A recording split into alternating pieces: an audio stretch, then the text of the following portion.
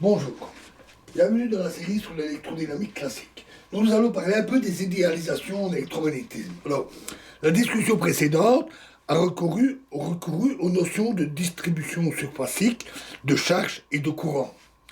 Il s'agit bien sûr d'une idéalisation mathématique, étrangère à la réalité physique. D'autres abstractions interviennent pareillement en électromagnétisme. Ainsi, en électrostatique, on parle souvent d'objets maintenus à un potentiel fixe par rapport à un potentiel zéro, habituellement appelé Terre. Il n'est donc peut-être pas inutile d'examiner rapidement le lien de ces idéalisations avec le monde réel, même si nous ne dirons là rien de bien nouveau pour les spécialistes. Pour commencer, considérons le maintien d'un corps conducteur à un potentiel électrostatique fixe par rapport à une valeur de référence. L'idée implicite est que cette procédure n'altère pas significativement la configuration de charge et de champ désirée. Pour maintenir ce corps à un potentiel fixe, il faut, du moins de temps en temps, disposer d'un chemin conducteur ou d'un équivalent reliant le corps à un réservoir de charge électrique très éloigné, situé à l'infini, de sorte que lorsque d'autres corps chargés ou non chargés sont amenés au voisinage du premier corps, celui-ci puisse recevoir ou céder des charges tout en gardant un potentiel constant. On réalise habituellement ce chemin conducteur à l'aide de fils électriques, mais il existe des moyens plus sophistiqués.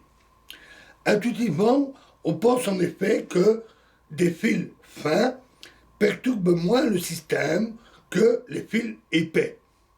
La raison en a été donnée par Maxwell lui-même.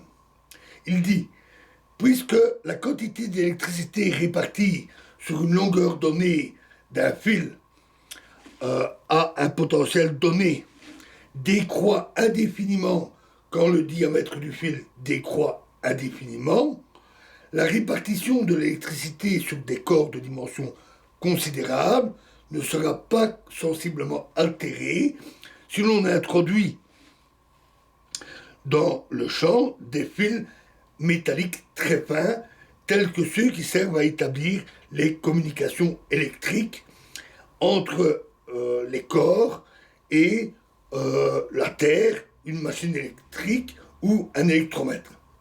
Voilà ce que dit Maxwell. Alors, le champ électrique au voisinage immédiat d'un fil mince est bien sûr très intense. Toutefois, à des distances de l'ordre de la taille des corps de dimension considérable, on peut s'arranger pour que son action soit négligeable. Une importante illustration historique des paroles de Maxwell est fournie par des travaux réalisés par Henry Cavendish il y a maintenant 2 siècles.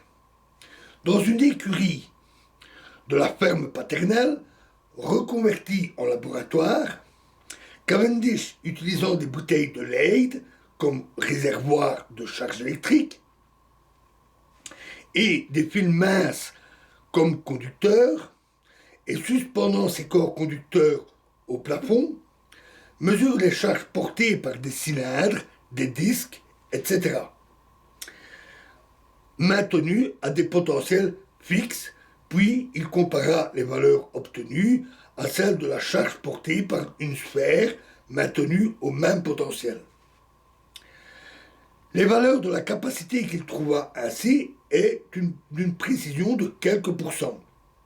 Par exemple, il trouva que le rapport de la capacité d'une sphère à celle d'un mince disque circulaire de rayons identiques est de 1,57.